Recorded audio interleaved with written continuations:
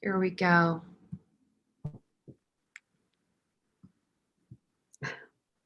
Hey, everybody. Welcome, welcome, welcome. Woo!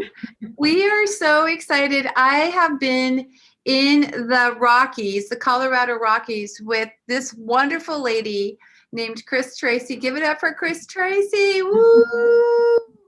And as you know, we're talking about writing. We're talking about the beauty of what can happen when we take our pen, when we take our journal and we start to create. And my goodness, oh my God, Chris, this was a dream, wasn't it? Like just seeing how many women and men got activated at the Writer Intensive. And then we did a Women's Smart. It was like an incredible Smart Lady Summit. And we had people from all over. So shout out if you are from Colorado, put that in my Facebook Live. We want to know if you're here. If you were there, let us know. If you are part of my leadership track, let's put that down there too. But anyway, let's talk about like the people that got touched. I really want to share this one testimony because it's so incredible. This one girl came, and I'm doing my book, Created to Overcome. You guys need to get it if you don't have it yet. It's Created to Overcome, an interactive journey of the heart through art and poetry. So at the Smart Ladies Summit, we're going through my book with poetry, and then they're sharing their own story. And this mom and her daughter came, and her daughter was probably in her early 20s. And she really got rocked by the Lord. And she started to realize that her relationship with her brother there'd been a lot of comparison, and she was never able to really, I think, accept her own journey. So she's getting touched. She's one of the best prophetic artists that's drawing and writing for people during this whole entire weekend. And then she gives this painting to her mom to celebrate her mom's journey. And we were all like, oh my God, you had me on hello. It was so crazy. But you know this woman, Lori, but share about like the stories that impacted you, because you've been doing this for 7 or 8 years. 8 years, right? Yes. This is the 8th time we've had this summit. And we started it right when we graduated from BSSM. My husband and I went from 2009 to 2011.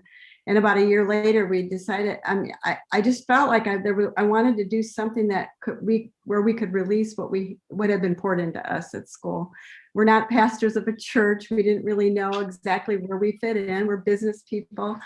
And I've always been a writer or a journalist, communications type person. So it was like, Lord, how could I pour into my friends? And he just gave me this idea to put together this ladies. We don't call it a retreat. We call it a summit, because we just felt like we're in Colorado. We could go to 8,000, 9,000, 10,000 feet. He was calling us higher, both physically and spiritually, just like it says in Revelation. And, come up here. I have things to show you. So it was about meeting him on his mountain. It was about pouring into the ladies what their identity is, that they are beautiful and they are smart. And it was just kind of the working title I was using as I was kind of putting the idea and the map together for this little meeting I was going to have. And I ended up liking that name, and it's a long name, Beautiful Smart Lady Summit, but that's who we are. And that's what God was calling us to. And it just caught on. We held the first one. I think we had maybe 20 people there that were friends of mine, or there were a couple new acquaintances, but they were always from different parts of Colorado, different churches, different backgrounds even. And we had usually a speaker from Bethel would come. So that first one time we had a speaker from Bethel, and we had a arts component where we could do prophetic art. We had a prophetic teaching component where I kind of taught the ladies, and we actually activated ladies that had never done it and speaking over one another. And it was just a beautiful time in so many different ways. And I had never really thought about doing it more than once. It was just like something I wanted to do. And everyone asked me to do it again. So we've now done it once a year for several years until this last couple of years with COVID. We weren't able to put it on. So we finally just decided we planned it the last year, but there was no way we were going to cancel it. We went ahead and held it in Colorado in the mountains this past week. And everybody showed up. And there were only maybe one person that wasn't able to come. So, or two people. So anyway, it turned out great. And I love it because we're talking today about that, that there's a story inside of you. There's something that no one else has that God wants to release. And we're going to pray for you. Also, if you have any questions in regards to writing or creativity or women, Chris and I would love to answer those questions. Or if you have any comments, because you know Chris or you know me about your own journey as a writer, it's crazy. But I can remember, like, my mom had stacks of journals, Chris, that she had been writing her whole entire life. And that was her story with Jesus. And it just meant so much because it was like a living legacy about her life with God and what she went through in her life. And writing is so vital. But tell me, how did you start writing? Because you've been involved in like writing for newspapers. You've been the editor inside your community in Colorado. But share a little bit about how you got started so that we can fall in love with you. Well, I was just talking about this morning with one of my people in my group.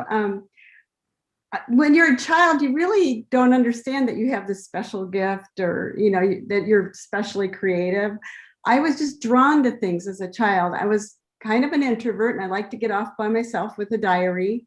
And then I was always drawn to creative type people. I always I remember putting together little neighborhood block competitions and puppet shows and things like that. And it was just like something of who I was. And then when I got in high school, I started writing poetry, rhyming poetry, just having fun and being silly and giving it away to my friends. And I just enjoyed the written word. And then when I was in college, I took creative writing classes and when I was a freshman, and I always enjoyed that. Always enjoyed the creative writing. And I'd always kept journals, and I have all my life.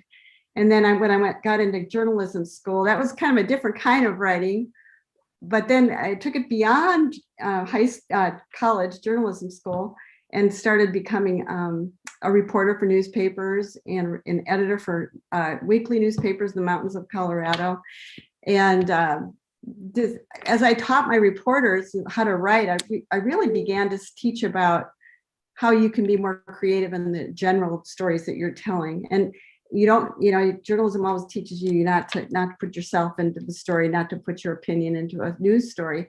But there are ways you can write news stories that can be creative and more interesting to read. So I just started to explore all of that. And eventually I got into communications and marketing. I started a writers group in my small town. We started a little organization where my writers group would take turns with musicians in the community. We put on these little concerts with alternating a poem and then a musical piece or a cello piece. And we just kind of had fun with creativity in our community.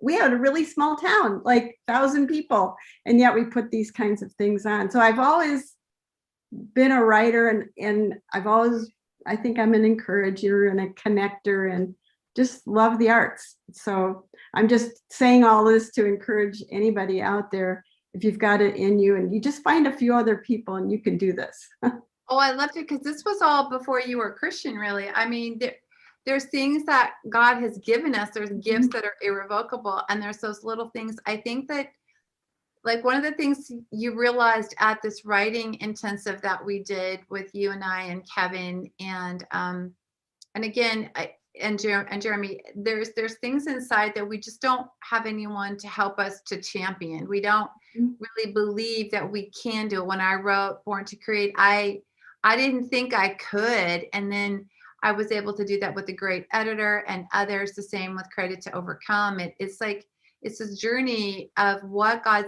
has inside of you that you need to let out. So if you're thinking that way, that's because God has called you to that. And so don't minimize that. Chris is a coach for writers, so you might want to ask her some questions now as well. But when you graduated from BSSM in 2009 and through 11, how did this change you and your husband's lives? And how did that impact your writing? I mean, because this was a big, huge step up. You were going from Colorado to a totally different environment. It was encouraging. You're used to being in a very, very small community. But how did it change your writing? I wanted to ask you that. Well, it was really interesting because, before we went to BSSM, I was writing for magazines and newspapers and doing a lot of editing. I was doing book editing actually for Destiny Image for a few years before we went to school. And I loved all of that, but I just inside knew there was more for me. And when we went to school, we went very hurt. We had gone through a huge loss in our business and financial life. And both my husband and I were extremely hurt. We actually were called, we felt like we were called to BSSM, and we were sent at the same time. God just totally blessed us and enabled us to go for many reasons for both of us. For me, I was able to get into Theresa's creative track there at the BS School of Ministry, and we travel with her and kind of explore who I am, and even explore other arts as well. And it was just so neat. And I think if I was to say what BSSM changed in me was it made me more vulnerable. I mean, able to express vulnerably who I was. And I recognize that vulnerability is a super strength. It's not a weakness like I had been taught in the earlier days of the women's movement and so on. It also activated me and emboldened me to take risks. And so, when I got out of BSSM, I started a blog, and now I've got 2 blogs up there in social media land that go around the world. And I've had, I think, about 100,000 hits on them. And I'm praying for more. Like, I want to start another blog that will even go farther. I've written a couple of books. I've become a writing coach. I think BSSM changed me for the better for those kinds of reasons. And I love my book. My first book I wrote, I started writing it about when I was at BSSM. I wasn't really writing it for me. I was wanting to learn the process of crafting a book, because I work with so many writers and authors, and I thought I've got to have my own so I can help guide them through the process.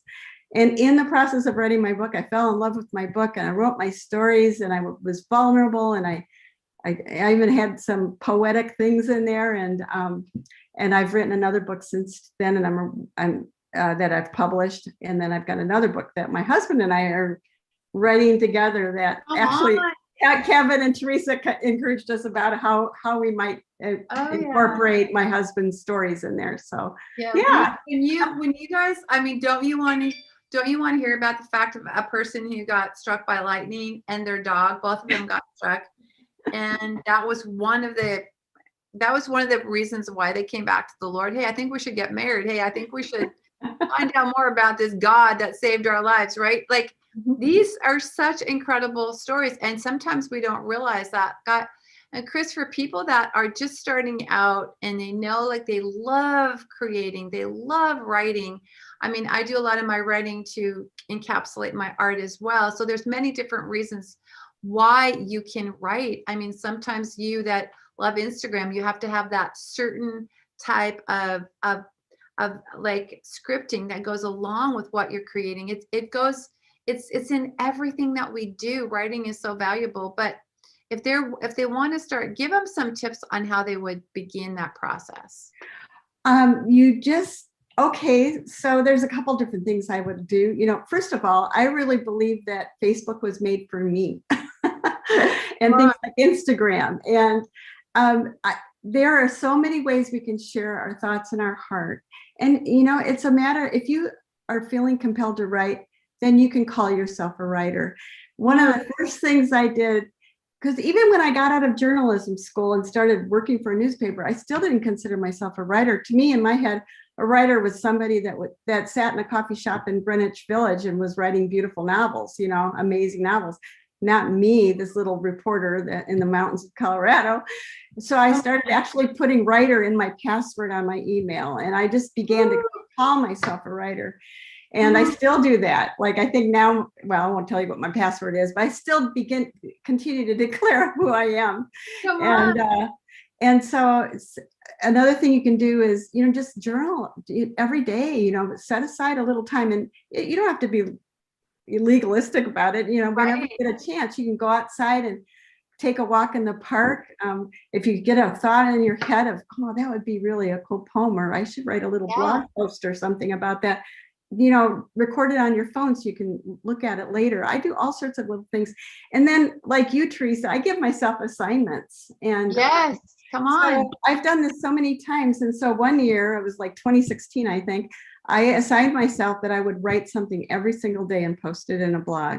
So I did that every single day. And you wonder, how in the world did I do that? I mean, I'm shocked that I didn't miss a day, but I just kind of, every idea, I just sat outside and I would do 15 days at a time, just with one thought that whatever came through my head, I just asked God, what should I write about on August 15th? What should I write on the 16th? And he would just give me a little idea or a little message, or I'd see a bird fly by. And then on that day, I would think, the bird flying by, what is God saying about that? And write about that. And my blogs are very short. I know some of you read really long blogs, and some of you see a long blog and there's no way you're going to get through it all. And I really, encourage people to write just really briefly, like get the message out in 1 or 2 paragraphs so people will get to the end and really be blessed by it. So that's my advice for a blogger. And a blogger is anybody that even writes one post on Facebook. You can call your creativity a blog, even if you just put it in your profile. I'm just going to interrupt you because we have a question here. Okay. Andy has a question. How do you get inspired to write? Like what helps you to get inspired to write? I love taking walks with my dog in the park and with my camera. And so when I have my camera in my hand, I see nature in a different way, and I take pictures, and I talk to God about it, and I use those pictures quite often in the blog posts I write. Now with my books, sometimes I have to change where I'm sitting. So I've kind of fashioned my office to be a creative place, and I don't call it an office, I call it a studio now, because it's a place where I create art. And the smell of coffee makes me creative.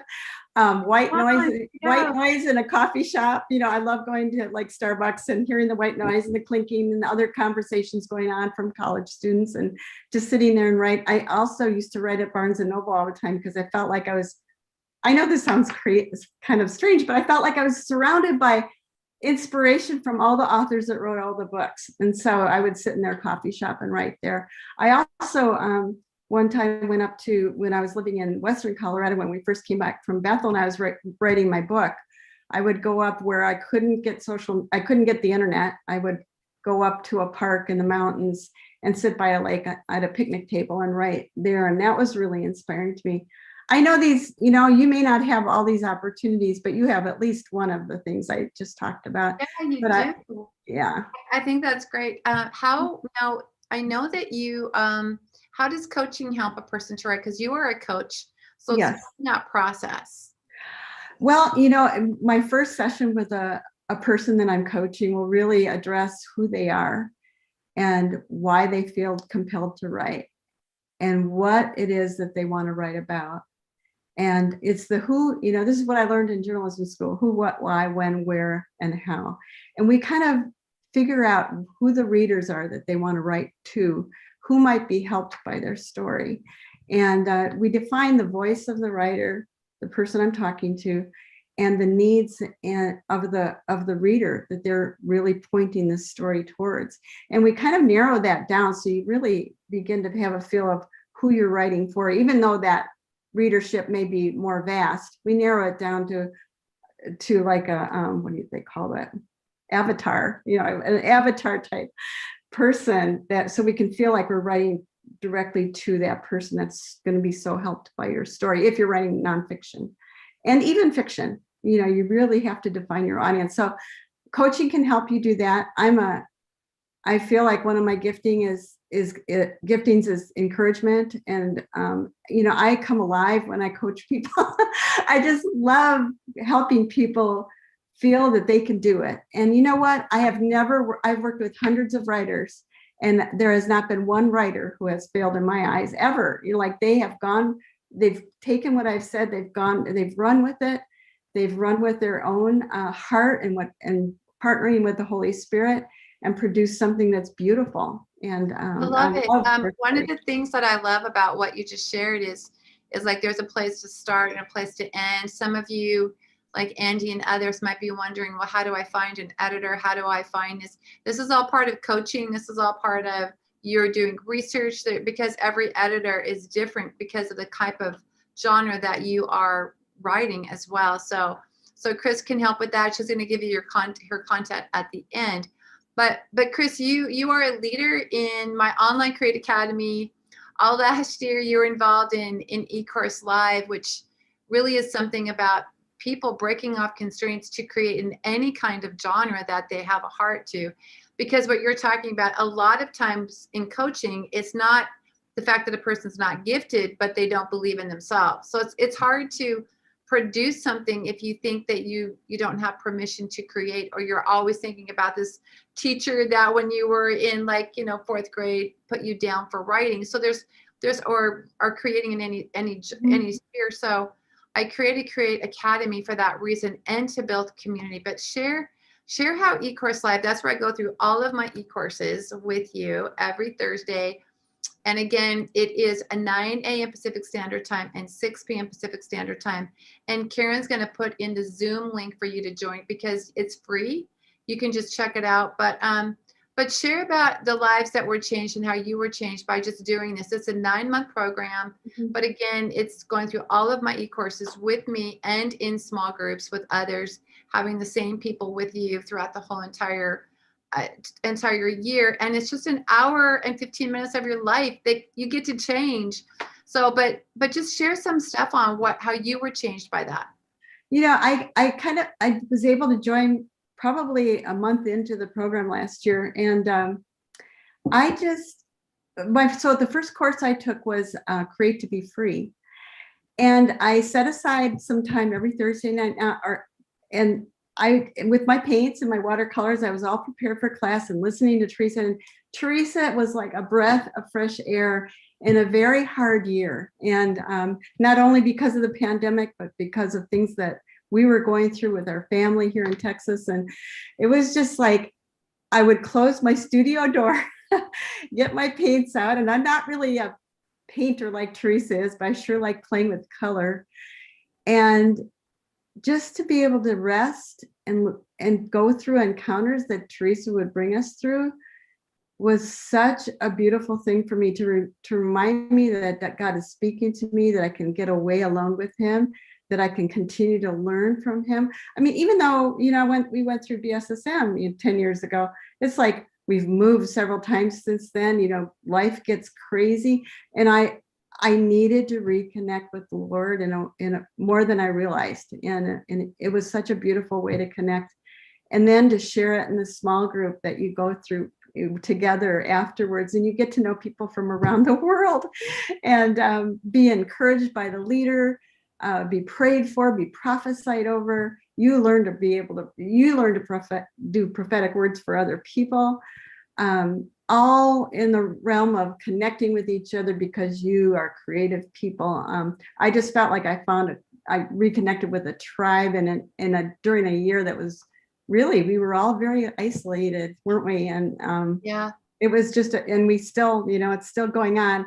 I'm just so excited, Theresa, that you've been doing this program now for 3 or 4 years. It's like, God, this is so God ordained, so connecting the world. And we're like little points of light around the world that are ready to release his kingdom everywhere we go and give to people.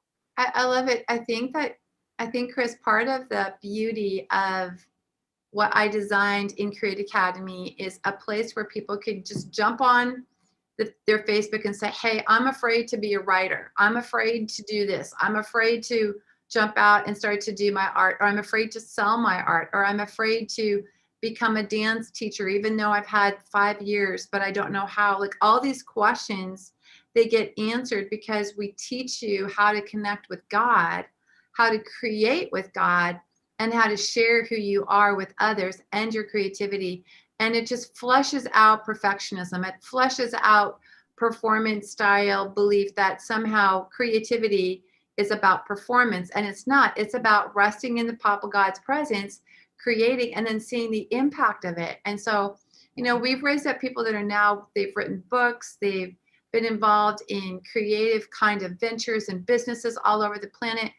And I just feel like with this pandemic, we have to get together. A lot of you can't go to another city because of so many different restrictions, but you can get online in Create Academy. You can join creators from around the world and you can start to do stuff. So again, in joining like eCourse Live and in joining Create Academy, it's like, it's going to open up doors for you to, you can do all of my e-courses whenever you want. You can join eCourse Live, which we're doing an informational meeting tomorrow, 9 a.m. and 6 p.m. And Karen, again, has put that in the Zoom camp. But you're just going to get changed. You're going to go, oh my gosh, this is what I've needed. I'm not alone anymore. And we understand, like, wherever you're at. I think that's the key that Chris is talking about. Whatever level you're at, you are going to get breakthrough. You don't have to be an artist. You don't have to be a professional writer like what's happening with Chris, but you get to be with people. And Chris is now a leader with me in Create Academy as well, which is so fun to watch. Another question I have for you, Chris, share about like what you're writing on now, because that's such a wonderful thing. And again, if they want to find out more about who you are and what you carry, how would they find that out? I want people to get to know you, Chris, and get to know your story. First of all, well, my husband and I we have a ministry, and all the information to connect with me and about the conferences that we do, and we're going to be doing some writing retreats, is at www.beautiful-word.com. So our ministry is Beautiful Word, but you need to put the hyphen in there for the website. And I think you'll get that information there on your Zoom or Facebook.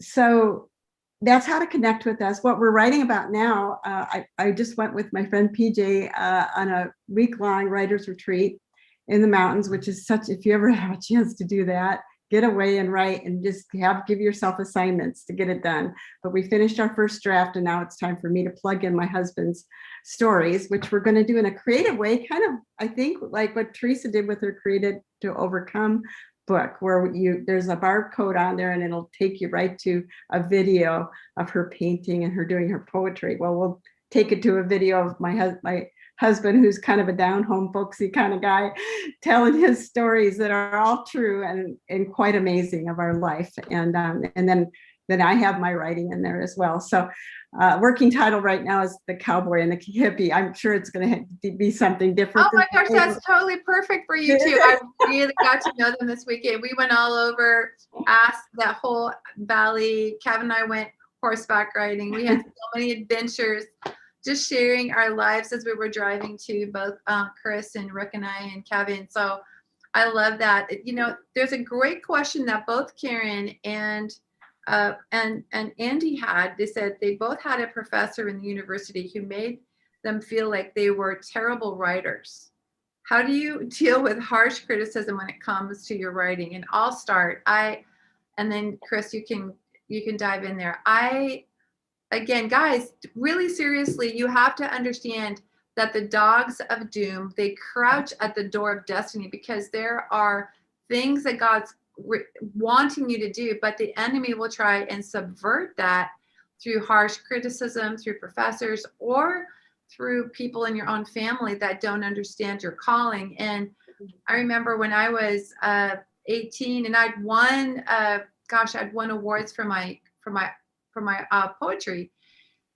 And so I was taking this creative writing and class, and I was feeling really confident, you know, in what I was going to do, and I was going to win more awards. And I did something I shouldn't have done. I wrote a poem for somebody else, and she put her name on it in my school. And then her teacher submitted that for the poetry contest. I took the bare bones of that same poem that I'd written for her that I shouldn't have, and created a poem for this huge, it was a national conference. And my teacher saw the two that were very similar and knew that I had written both. And so she completely derailed me, shamed me. And I remember, you know, it's a public school, but I remember thinking, I am never going to write another piece of poetry again. And then when I was in college, one of my professors said, "You're just an abstract thinker, Theresa. You'll never write a book." And I'm sitting there going, what? Like, and so I had two different places where the enemy put in these negative experiences about my writing, which it took me so long to overcome. And the way that I overcame that was exactly what Chris talked about. I had to say, I am a writer. God, you called me to write something that nobody else has. I've got to write, born to create. And I had to do it. And as I'm doing it, I had to break off those defeating mindsets. And the same with art, my art and poetry book, which is such an incredible thing because that's the story of my life. So guys, we just released breakthrough to you because this is not okay. Like, it is not okay for the enemy to steal your inheritance. Don't let that happen. And that could happen with art or with dance or with fashion, anything else that you guys want to get involved in. The enemy comes to kill, rob, and destroy. And then, Chris, I want you to share too, anything that happened with you too. Yeah, I was kind of a little bit shy and scared coming out of college. Journalism was a crazy profession, and look at what's going on now. You have to be pretty tough, and we just pray over that whole thing right now, that God will redeem journalism, and there will be journalists rising up and telling the truth, and we just proclaim that over this whole media mess that's going on right now. It breaks my heart, and I just know it. I know it can be redeemed. But anyway, yeah. So I was when I was going into journalism school, I had a teacher like that, a dean of journalism. I was trying to get into the school. I mean, I loved writing. I felt like this is where I belong. I've always loved newspapers and magazines. Always loved listening to the news. It was really, I just breathed it, And so I had to meet with this lady, and she was really mean and stern. And here I was, this little college hippie girl that was going into her office, and she asked, "Why do you want to go into journalism school?" And I said, "Well, I love to write, and I get A's in creative writing, and I love to write poems, and I just think that this would be a wonderful profession for me." And she's going, "Creative writing isn't journalism. Journalism's totally different. You got it all wrong." She was just yelling at me.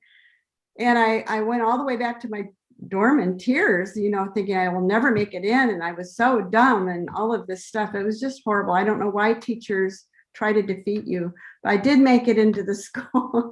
And I've had a lifelong career in communications and journalism and editing. And I've loved every minute of it. And I just, you know what? The enemy wants to defeat you and destroy you right in the area of your gifting. Sorry, that's my dog coming in. Hi. We understand. I have a dog too. This is Zoom life. But anyway, yeah, I would just like to. Right. What's that?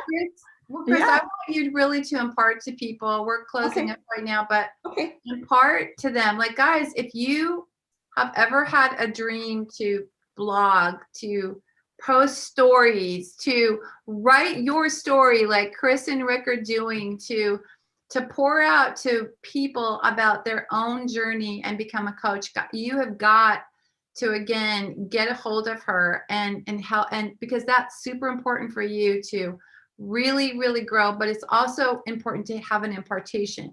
So an impartation means, like, you just put out your hands and let Chris just pray over you and prophesy over you, and then begin your journey and take time, like she talked about, to write every day, to write in nature or at that coffee shop. I could just see you there. That's the part where you just have to get into it, and then you're on the ride for your life. So Chris, I would love it for you to impart. Well, I just felt like, first of all, I had a couple words for some people out there. And one of them was Psalm 92, 14 and 15. And this is for the older part of our generation. But I think there might be some people listening that you've wondered if you should write and leave a legacy for your grandchildren, or just write some of the wisdom that God has given you, or write your story of how you've overcome. And this is for the younger part too. You just take it all, but they will still bear fruit in old age. They will stay fresh and green, proclaiming the Lord is upright and upright. He is my rock, and there is no wickedness in him. And I just, in your writing, you will proclaim the goodness of the Lord. And so I just declare that over everyone, especially the older part of our generation. The other word is that I feel like there's somebody out there that's going through something super hard right now, and they're wondering what in the heck is going on. You know, Romans 8:28 says all things work together, right? So God wastes nothing. He's going to use this as your story, and your story is going to bring freedom and healing to so many people. So do not give up and do not lose heart. And I impart to all of you right now, I just bless you in your writing. I bless you. If you are feeling compelled to write, then you are meant to write. And God has given you a story. And you know things, you have street skills, street smarts, you've learned some lessons, and you have something to give away to somebody out there that so desperately needs it. They're waiting for your story. They're waiting for you to write it. Psalm 45:1 says, my tongue is the pen of a skillful writer. You can tell your story and you can write your story. It comes from the same place in your imagination. And don't let anybody tell you you're an imposter and not qualified. Every single writer I've written, I've helped and I've coached, they all feel like you do. Is what I have of any value? Can I write? I don't think I can. I was told I couldn't. I'm here to say that you can and you will. And you need to, and God is calling you to tell your story. This is so important. This is a time that was prophesied, I believe, in the last chapter of the Gospel of John, that talks about there is not enough room on all the bookshelves in the world to tell the stories of what Jesus has done. He is still doing things, and he is doing things through you and through your story. And now it's time for you to put your book on that bookshelf. So, or your blog. So good. And yeah. Raquel, I know you were asking a question like, how do I start? I would join Create Academy. Karen has posted the Zoom link where you can be with other writers. The main thing you need is community. And then as you start to just flesh out, okay, I have this idea, who can support me? Your small group will support you. And then you can start to get some traction in just writing on a regular basis. And then you're ready for like a coaching session from Chris or whatever. It's like, start with what you can do now, but I guarantee you that without community, you just won't continue. That's really is the key to everything. So come tomorrow, check it out, 9 a.m. or 6 p.m. Pacific Standard Time. And guys, give it up for Chris Tracy. Woo! I love her. I am so glad that she joined me in my creative track at Bethel, and now is one of my leaders. Guys, her story is so phenomenal because now she's helping others. In Create Academy, we believe that everyone can learn to create with God and can learn to really give away what they're creating to transform culture. And so we want you there. And guys, be blessed and don't despise the day of small beginnings. I kept hearing that, Chris, like, don't despise like that little, those little things that you can post on Instagram or Facebook, whatever it is that you have. Let God begin to show you who you can touch today and then see the fruit of that. So love it. Love you so much, Chris. Thank you so much for joining.